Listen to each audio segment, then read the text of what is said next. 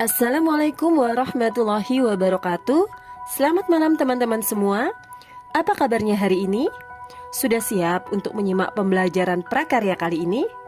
Pastikan kalian sudah menyiapkan buku dan alat tulisnya. Dan jangan lupa berdoa dulu ya sebelum kita memulai belajar. Pada malam hari ini Ibu akan menjelaskan materi pada modul 4 mata pelajaran prakarya mengenai mengenal kayu dan fungsinya. Mengenal kayu dan fungsinya ini merupakan materi kelas 7 untuk pendidikan kesetaraan paket B. Sebelum Ibu menjelaskan materi ini lebih lanjut, Ibu ingin bertanya kepada kalian, di rumah kalian adakah benda yang terbuat dari kayu? Kalau ada, jenis kayu apakah yang digunakan? Nah, pada malam hari ini kita akan mengenal lebih jauh mengenai jenis dan ciri-ciri kayu. Kayu, apakah itu kayu? Kayu merupakan salah satu bahan bangunan alam yang dapat diperoleh di alam bebas atau hutan dengan ketentuan dan pengawasan yang berlaku. Untuk mendapatkan mutu kayu yang baik, maka penebangan pohon dilakukan bila pohon telah cukup umurnya. Batang dari pohon merupakan bagian yang menghasilkan kayu untuk bahan bangunan. Bahan kayu keras yang diameternya tidak kurang dari 20 cm dan panjang bagian lurusnya minimal 1 meter masih dapat digunakan untuk bahan mebel dan kerajinan tangan.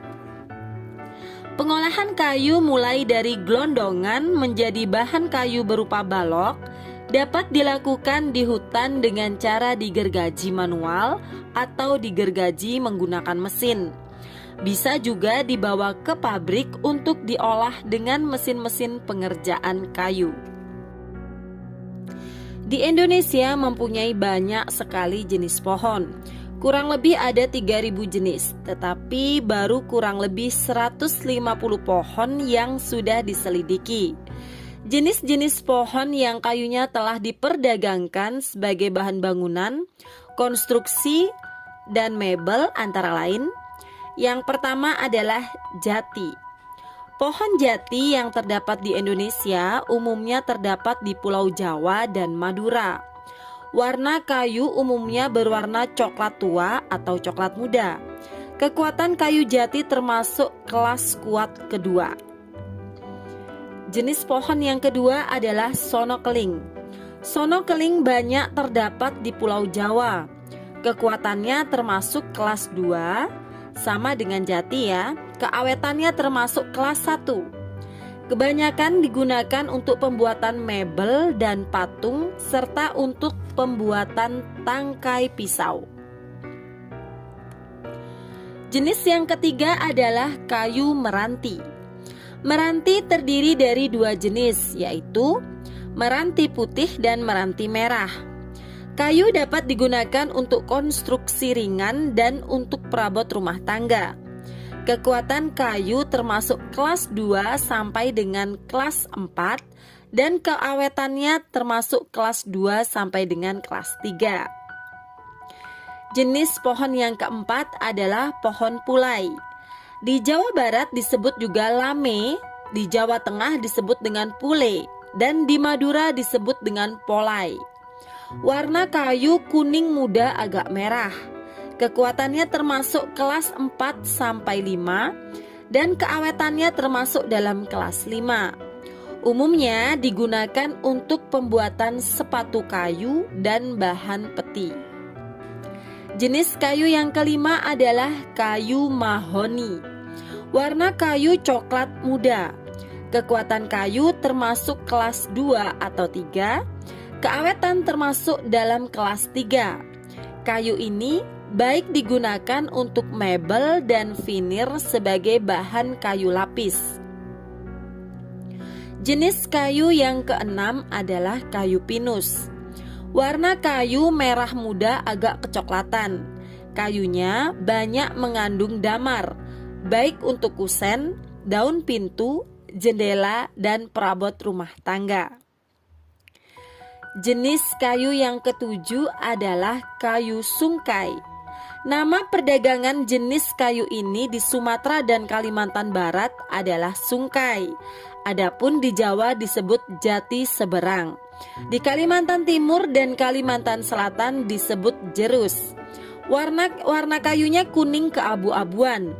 Kekuatan kayu termasuk kelas 2 sampai kelas 3 dan keawetannya termasuk dalam kelas 3. Jenis kayu yang terakhir adalah kayu ulin. Di Kalimantan dan Palembang disebut dengan kayu besi. Kekuatan kayu termasuk kelas 1. Warnanya coklat kekuning-kuningan, lama-kelamaan berwarna coklat tua dan hitam.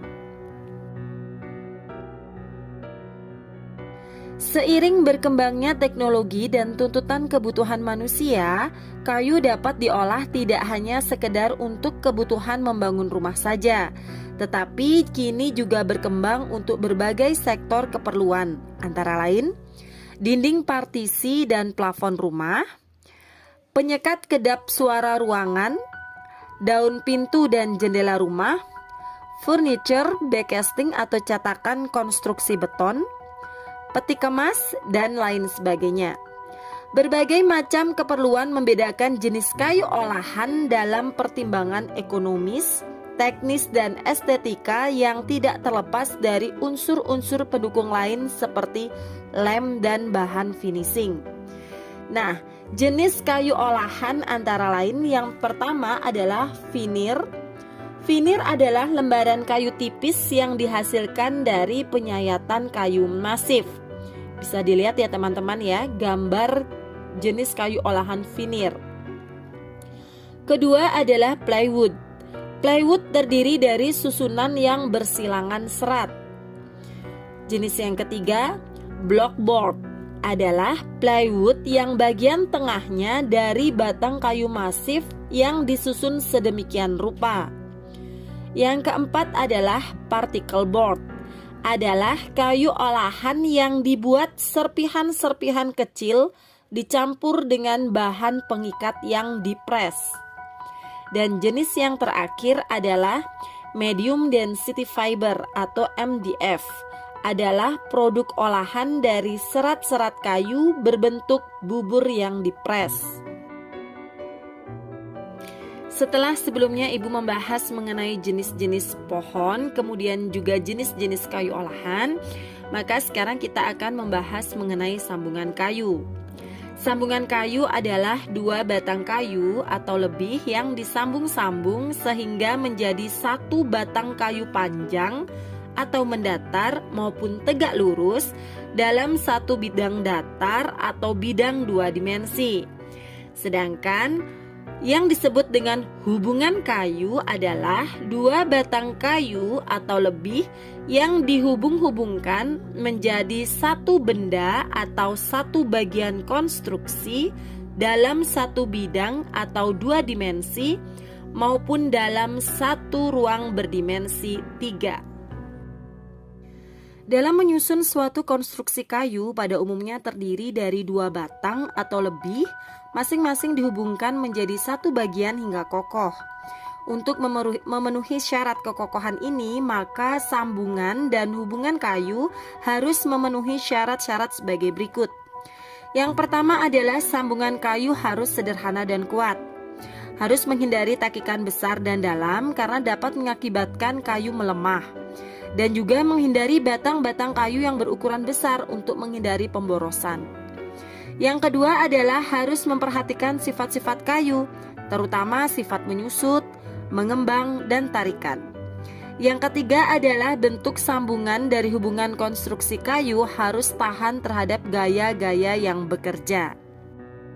Sekarang kita akan membahas mengenai jenis-jenis hubungan dan sambungan kayu yang sering dipergunakan. Antara lain, pertama adalah sambungan biasa. Sambungan biasa tampak luar akan terlihat berupa garis memotong bagian kayu di sudut yang lain. Detail penyambungan bagian dalam bisa berupa pen dan lubang tersembunyi atau dowel kayu. Dari sisi estetika, terutama produk indoor, jenis sambungan ini kurang diminati karena tidak menambahkan nilai estetika. Yang kedua adalah sambungan versteg. Dari luar hanya kelihatan garis potong yang membagi dua kayu pada sudut yang sama. Sangat tepat dan baik untuk konstruksi bidang persegi atau bujur sangkar yang mengutamakan estetika tampak luar. Sering digunakan pada frame, pintu atau top table. Sambungan yang ketiga adalah sambungan ekor burung. Sangat tepat untuk konstruksi dengan resiko beban searah dengan serat kayu. Konstruksi ini dari segi estetika juga tergolong baik apabila dibuat dengan sangat hati-hati dan teliti. Sambungan yang keempat adalah sambungan pen dan lubang. Salah satu konstruksi sambungan kayu yang mudah dan sederhana adalah pen dan lubang. Dalam istilah bahasa Inggris disebut dengan tenon dan mortise. Konstruksi ini paling sering diterapkan dalam berbagai konstruksi sambungan kayu, terutama kursi dan meja kayu solid. Sambungan yang kelima adalah sambungan pen dan lubang terbuka.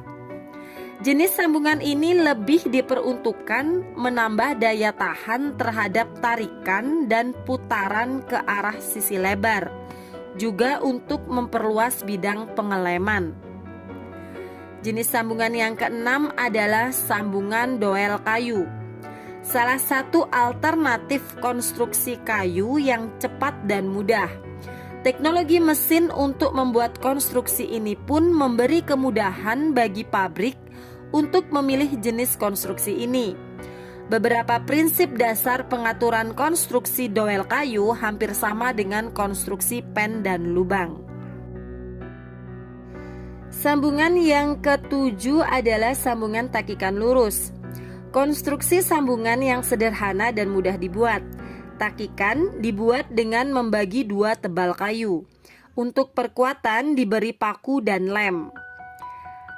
Jenis sambungan yang kedelapan adalah sambungan melebar alur dan lidah. Dibutuhkan kayu lebih lebar untuk membuat lidah konstruksi.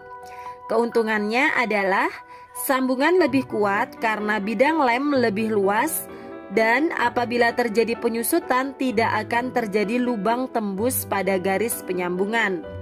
Walaupun sambungan meregang, kondisi papan akan tetap tertutup. Jenis sambungan yang terakhir adalah sambungan bibir lurus. Sambungan memanjang dapat dilakukan dengan sambungan bibir lurus, sambungan bibir lurus berkait, dan sambungan bibir miring berkait. Untuk memperkuat sambungan dalam pekerjaan kayu, maka ada beberapa alat sambung. Antara lain, yang pertama adalah menyambung dengan cara memaku. Panjang paku harus melebihi dari tebal bilah kayu. Peganglah paku dengan jari pada waktu memaku, lalu pukul paku tersebut dengan palu agar lebih dalam lagi. Gunakan palu dengan ukuran yang disesuaikan dengan kebutuhan. Bila ingin mencabut paku itu kembali, maka gunakan catut atau pencabut paku. Yang kedua adalah menyambung dengan bantuan skrup. Untuk membenamkan skrup pada kayu, maka gunakan obeng. Putar kepala skrup tepat pada kepala skrup. Agar proses penyekrupan lebih mudah, sebaiknya kayu dilubangi dahulu dengan menggunakan bor yang ukuran mata bornya lebih kecil dari ukuran skrup yang akan dipasang. Jenis yang ketiga adalah menyambung dengan bantuan lem kayu. Untuk sambungan yang menggunakan dowel biasanya diperkuat dengan lem kayu. Olesi dowel dan lubang dowel dengan lem kayu tipis-tipis. Lalu cara diklem dan jepitlah dengan tekanan merata. Biarkan beberapa saat hingga lem benar-benar kering dan melekat dengan sempurna. Kemudian bersihkan sisa-sisa lem yang masih basah. Alhamdulillah, selesai sudah materi pada modul 4 mata pelajaran prakarya mengenai mengenal kayu dan fungsinya. Ibu berharap setelah kalian memahami materi ini, kalian sudah bisa mengidentifikasi jenis kayu dan dapat melakukan sambungan atau hubungan kayu sendiri di rumah. Semoga apa yang Ibu sampaikan pada malam hari ini bisa bermanfaat dan menambah wawasan keilmuan kalian. Ibu mohon maaf apabila selama menyampaikan materi terdapat kata-kata yang kurang berkenan untuk kalian. Sekian dan terima kasih. Sampai jumpa pada materi berikutnya. Selamat malam dan wassalamualaikum warahmatullahi wabarakatuh.